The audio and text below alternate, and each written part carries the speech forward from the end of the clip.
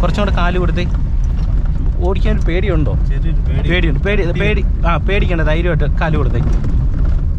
ധൈര്യമായിട്ട് ഓടിച്ചേ. ഓക്കെ. ശ്രദ്ധിക്കുക, ഒറ്റയ്ക്കുള്ള ഡ്രൈവിംഗ് പഠനം സുരക്ഷിതമല്ല. ഡ്രൈവിംഗ് സ്കൂളിൻ്റെ സഹായത്തോടെ ലേണേഴ്സ് ലൈസൻസ് എടുത്തതിന് ശേഷം ഡ്രൈവിംഗ് പഠനം ആരംഭിക്കും. ഹലോ ഫ്രണ്ട്സ്, പുതിയൊരു വീഡിയോയിലേക്ക് എല്ലാവർക്കും വീണ്ടും സ്വാഗതം. ഞാൻ ഗുഡ്സൺ കട്ടപ്പന. ഇന്ന് ഒരു സ്പെഷ്യൽ വീഡിയോ ആണ് നിങ്ങളുമായിട്ട് പങ്കുവെക്കുന്നത്. നമ്മുടെ സബ്സ്ക്രൈബറിൽ ഒരാൾ ഇന്ന് ഡ്രൈവിംഗ് പഠിക്കാനായിട്ട് വന്നിട്ടുണ്ട്. ആൾ ലേണേഴ്സൊക്കെ എഴുതി നിൽക്കുകയാണ്. അപ്പം ഏകദേശം ഒരു ഐഡിയ ഉണ്ട് വണ്ടി ഓടിക്കാൻ. പക്ഷേങ്കിൽ ഒരു 1 ഡേ ക്ലാസ്സിലൂടെ അത്യാവശ്യം ഒരു ഐഡിയ നമുക്ക് ഒന്ന് പറഞ്ഞു കൊടുക്കാൻ പറ്റുമോ എന്നുള്ളതാണ് ഇന്നത്തെ ഒരു വീഡിയോയിൽ നിങ്ങളുമായിട്ട് പങ്കുവെക്കുന്നത്. എന്തായാലും ആളെ ഞാനൊന്ന് പരിചയപ്പെടുത്തി തരാം. ആളുടെ പേര് അനി എന്നാണ്. എൻ്റെ പേര് അനി. അപ്പോൾ എന്തായാലും നമുക്ക് ഇന്നത്തെ ഒരു വീഡിയോയിൽ നമുക്ക് അദ്ദേഹത്തിന് ഒരു പ്രാക്ടീസ് കൊടുത്ത് നോക്കാം. എങ്ങനെയായി തീരുമെന്നുള്ളത് നമുക്ക് വഴിയെ കണ്ട് തന്നെ മനസ്സിലാക്കാം. എന്തായാലും വീഡിയോ ഒന്ന് പൂർണ്ണമായിട്ട് കാണാൻ ശ്രമിക്കുക. വീഡിയോ നിങ്ങൾക്ക് ഇഷ്ടമായെങ്കിൽ ചാനൽ ഒന്ന് സബ്സ്ക്രൈബ് ചെയ്യുക, വീഡിയോയ്ക്ക് ഒരു ലൈക്ക് തരിക. അതോടൊപ്പം തന്നെ ഈ വീഡിയോ നിങ്ങളുടെ കൂട്ടുകാരുടെ ഇടയിലേക്ക് ഒന്ന് ഷെയർ ചെയ്ത് നൽകുക. അപ്പം ഇത് വണ്ടിയുടെ ഡാഷ്ബോർഡ്. ഓക്കെ, ഇത് വണ്ടിയുടെ glove box, meter console, steering. നമുക്കിവിടെ റൈറ്റ് സൈഡിൽ ഇൻഡിക്കേറ്റർ ഉണ്ട്, ഹെഡ്ലൈറ്റിൻ്റെ സ്വിച്ച് ഉണ്ട്, പിന്നെ ഇവിടെ വൈപ്പറിൻ്റെ സ്വിച്ച് ഉണ്ട്. ഹെഡ്ലൈറ്റിൻ്റെ സ്വിച്ച് ഒന്നും യൂസ് ചെയ്തിട്ടില്ലല്ലോ. ഇത് ജസ്റ്റ് ഒരു തവണ ഇങ്ങനെ തിരിച്ചാൽ മതി. മുന്നോട്ട് തിരിച്ചു കഴിഞ്ഞാൽ നമുക്കിവിടെ ഹെഡ്ലൈറ്റ് പൂർണ്ണമായിട്ട് ഓണാക്കി കിട്ടും. അവിടെ തന്നെയാണ് പാർക്കിങ്ങിൻ്റെ ഇതും വരുന്നത്. ഓക്കെ, പിന്നെ ഉള്ളത് വണ്ടിയുടെ 3 പെഡൽ, ആക്സിലറേറ്റർ, ബ്രേക്ക്, ക്ലച്ച്. അത് ഓർത്തിരിക്കാനായിട്ട് ABC എന്ന് ഓർക്കുക. ഇനി ചേട്ടൻ ഓടിക്കുമ്പോൾ ശ്രദ്ധിക്കേണ്ട ഒരു കാര്യം ഞാൻ പറയാം. ഈ ബ്രേക്കും ആക്സിലറേറ്ററും യൂസ് ചെയ്യുന്ന സമയത്ത് ഞാൻ പല വീഡിയോയിൽ അത് പറഞ്ഞിട്ടുണ്ട്. നമ്മുടെ ഈ ബ്രേക്ക് പെഡലിനോട് ചേർന്നേ നമ്മുടെ കാല് വെക്കാവുള്ളൂ. ഇതിങ്ങനെ.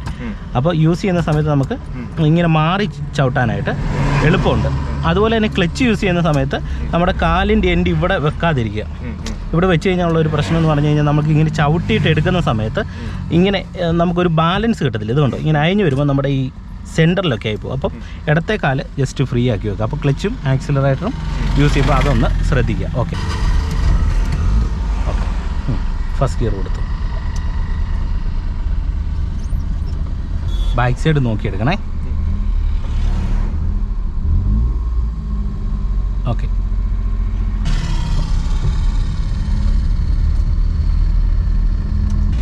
ഈ മൂവ്മെൻറ്റ് മതി നമുക്ക് അടുത്ത സെക്കൻഡിലേക്ക് ഇടാനായിട്ട്. ഓക്കെ,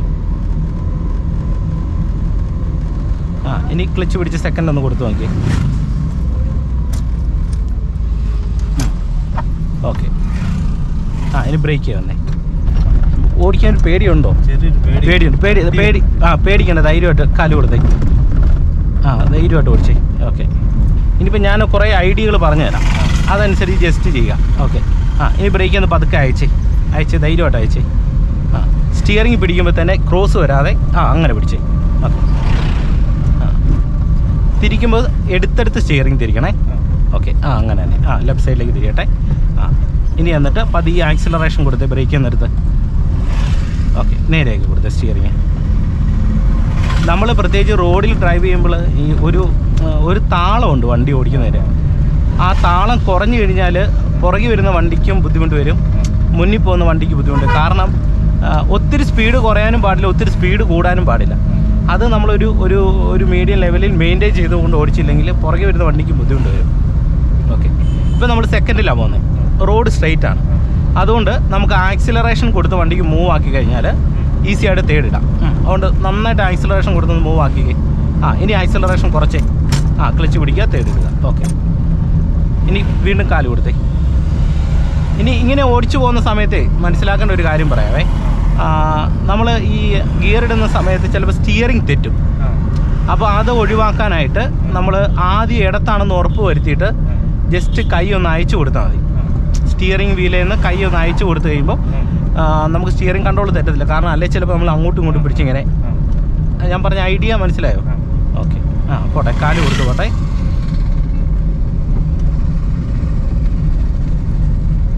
ഓക്കെ, ഇനി സെക്കൻഡ് കൊടുത്തേ. ക്ലച്ച് പിടിച്ചിട്ട് സെക്കൻഡ് കൊടുത്തേ. കൊടുത്തേ. ഓക്കെ, വീണ്ടും കാല് കൊടുത്തേ. ഇവിടെ എന്തിനാ സെക്കൻഡ് കൊടുത്തതെന്ന് പിടി കിട്ടിയോ? കയറ്റം ആയതുകൊണ്ട്, ജംഗ്ഷൻ ആയതുകൊണ്ട് നമ്മൾ അഡ്വാൻസ് സെക്കൻഡ് ഗിയറിലേക്ക് ഷിഫ്റ്റ് ചെയ്തു. സ്റ്റിയറിംഗ് എടുത്തെടുത്ത്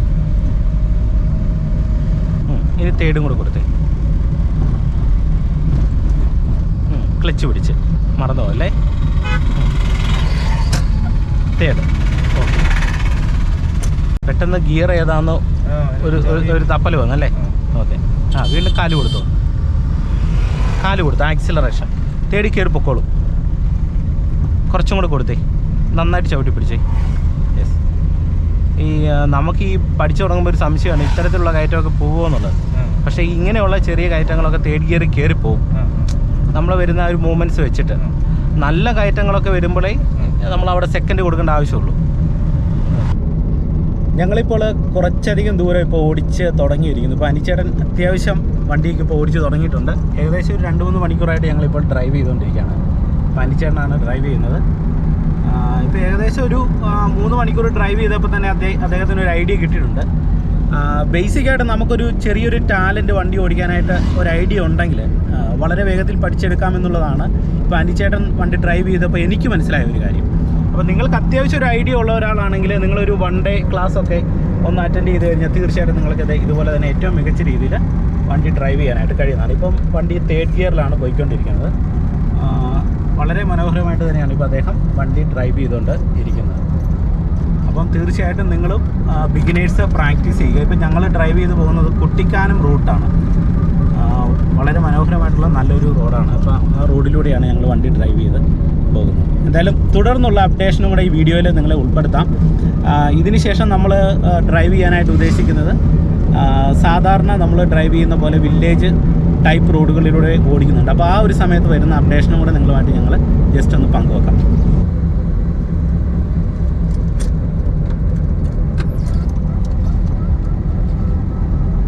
അങ്ങനെ അനിച്ചേട്ടനുമായിട്ടുള്ള ഇന്നത്തെ ഡ്രൈവിംഗ് പ്രാക്ടീസ് നിർത്താണ്. ഏകദേശം ഒരു 6 മണിക്കൂറിനോടടുത്ത് ഞങ്ങൾ ഡ്രൈവ് ചെയ്തു.